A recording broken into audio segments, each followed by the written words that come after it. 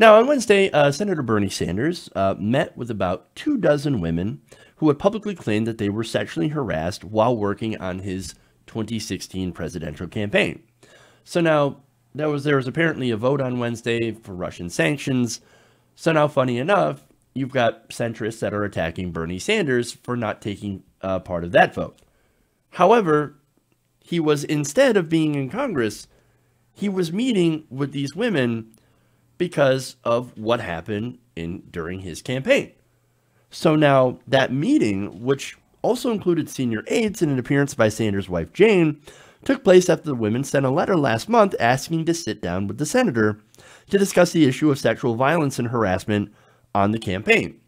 So this, of course, what happened is multiple women have spoken out about their experiences, including some who told the New York Times that they endured unwanted advances from male campaign staffers. They also reported large pay gaps with male colleagues, only to have, according to them, their campaign leaders discount them.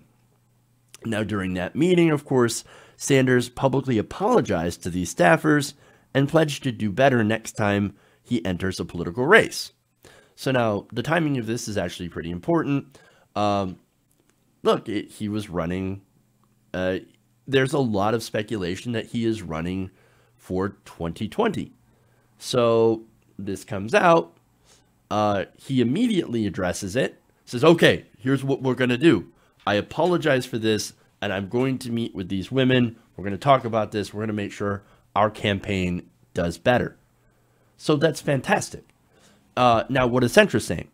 Oh, he missed a vote. He's not taking this seriously. He's getting criticized. Now, if he were there for the vote, he would also have been criticized for not meeting with these women. So that's important. Understand that there is no winning over certain people. Nonetheless, I think that this is great. I think it's great that he takes these complaints serious, because these are serious complaints. This is not an establishment smear. What this is that I am very certain that in political campaigns, like if you're trying to tell me that political campaigns don't have elements of sexism in them, or people not getting paid, or people not getting treated correctly, well, look, you would be foolish. It happens in campaigns. It happens to a lot of campaigns. So why wouldn't it happen in the Sanders campaign? Because it happens everywhere. That's the problem with, misogyny. That's the problem with sexism. It crops up everywhere, even in the best campaigns. And so here's Senator Sanders saying, hey, look, man, I was unaware that this was happening in the campaign, but now that I know it's happening, or that it happened, I'm going to do something about it. I'm going to address this head on, and we're going to make sure that it doesn't happen again. In fact, in a statement last week, he said, I thank them, the people who came out, from the bottom of my heart for speaking out. What they experienced was absolutely unacceptable, and certainly not what a progressive campaign or any campaign should be about. The allegations speak to unacceptable behavior that must not be tolerated in any campaign or workplace. To the women in that campaign who were harassed or mistreated, I apologize. Sanders then both told the Times and CNN that the meeting on Wednesday, that lasted for an hour, was private and declined to discuss what was said.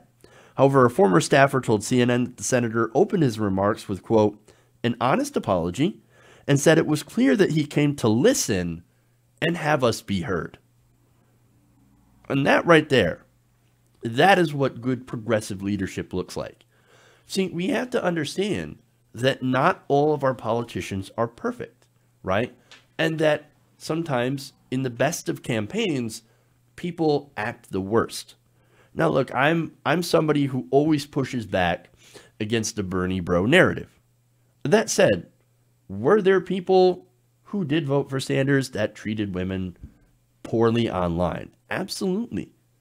Just like there were people on the Clinton campaign that also treated people very, very poorly online. It is a thing. It turns out that there are just shit people online. There are bad people online. It doesn't matter who they subscribe to. They are still bad people, right? And so what we have to do as progressives is discourage that behavior. So What I mean by is if you see somebody that's harassing someone else, a woman, person of color, for literally no reason, right?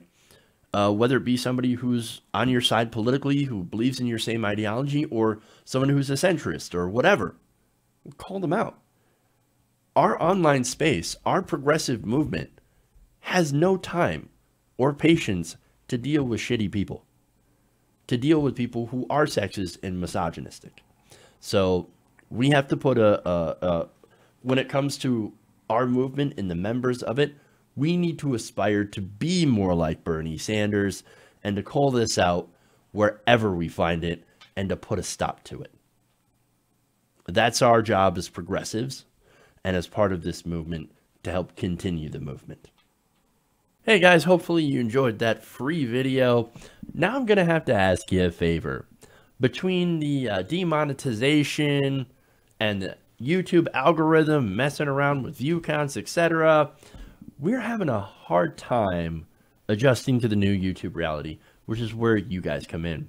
See, we have a Patreon, patreon.com/TYTNation, set up to help us rely on you guys, the viewers, instead of big corporate ads. Look, you know the show. You know I'm not in favor of big corporations anyway. So help us transition away from relying on the ad model to pay the bills and sign up to be a patron, patreon.com/TYTNation. That goes a long way to help us keep the lights on. And you guys will know that you're supporting independent progressive media.